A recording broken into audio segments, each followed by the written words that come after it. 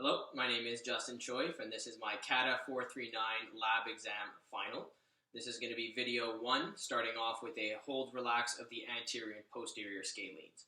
So firstly, just to go over a few indications of why this would be necessary in a treatment plan, it would be if the patient comes in presenting with anterior neck tightness, general neck pain, a forward head posture, any chronic migraines or headaches, or a mechanism of injury such as a stinger, a burner, a cervical spine disc herniation, any facet joint irritation or sprains, as well as a whiplash mechanism.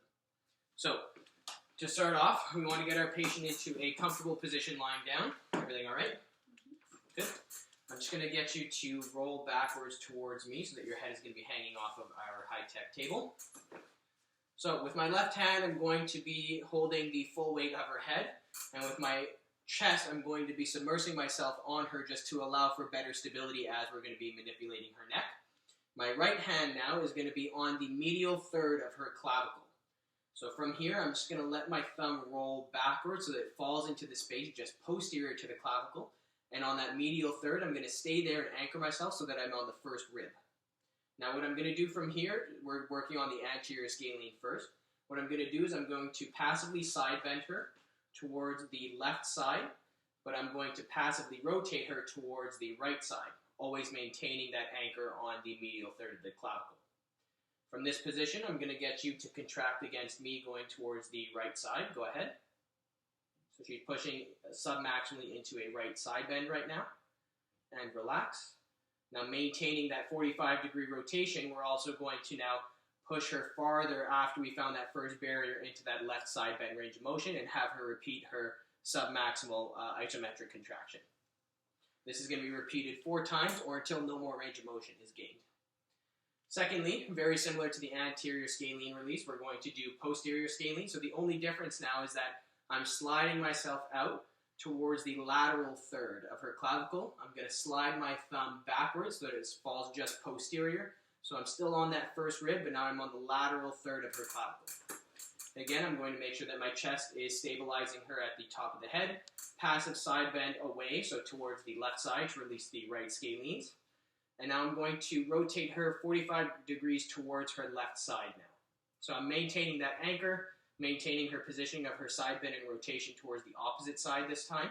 And I'm going to get you to isometrically and submaximally contract against my resistance towards your right side.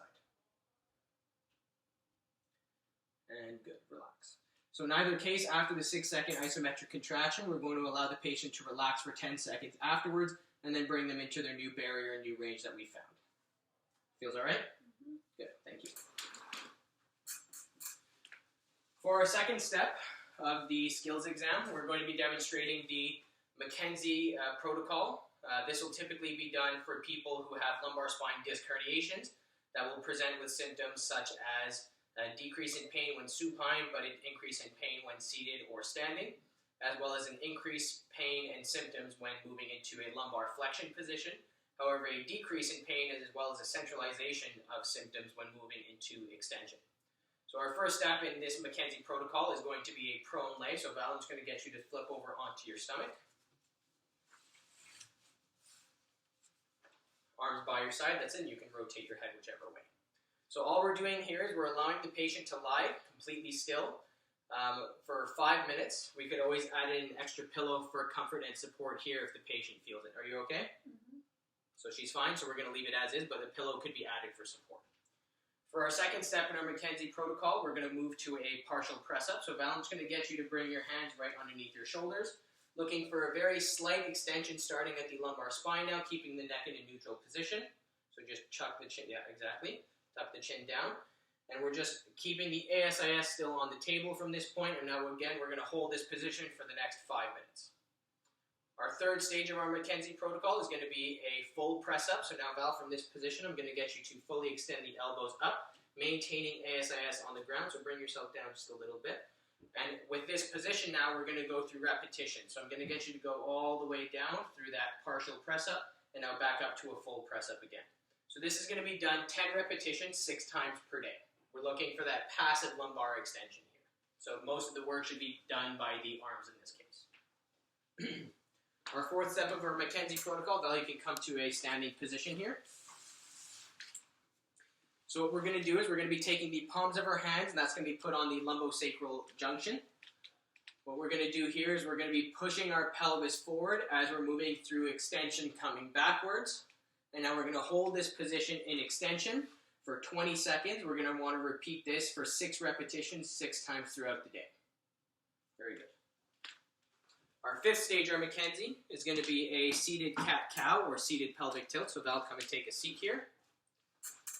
So what you're going to be doing in this position, I want you to grab either side of your pelvis, and you're going to be moving through extreme ranges of just your lumbar spine. So you're grabbing on, and you're first going to fold forward through a flexion position.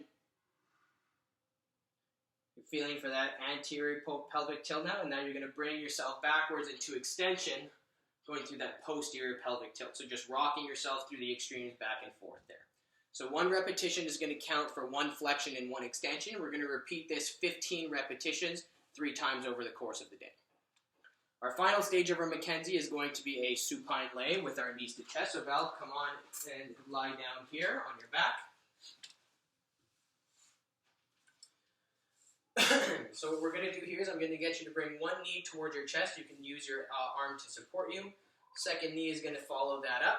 And now you're going to hold this position here for 3 seconds, and then you're going to release 1 leg at a time the same way that you brought them back up. So either your left leg and then your right leg goes down.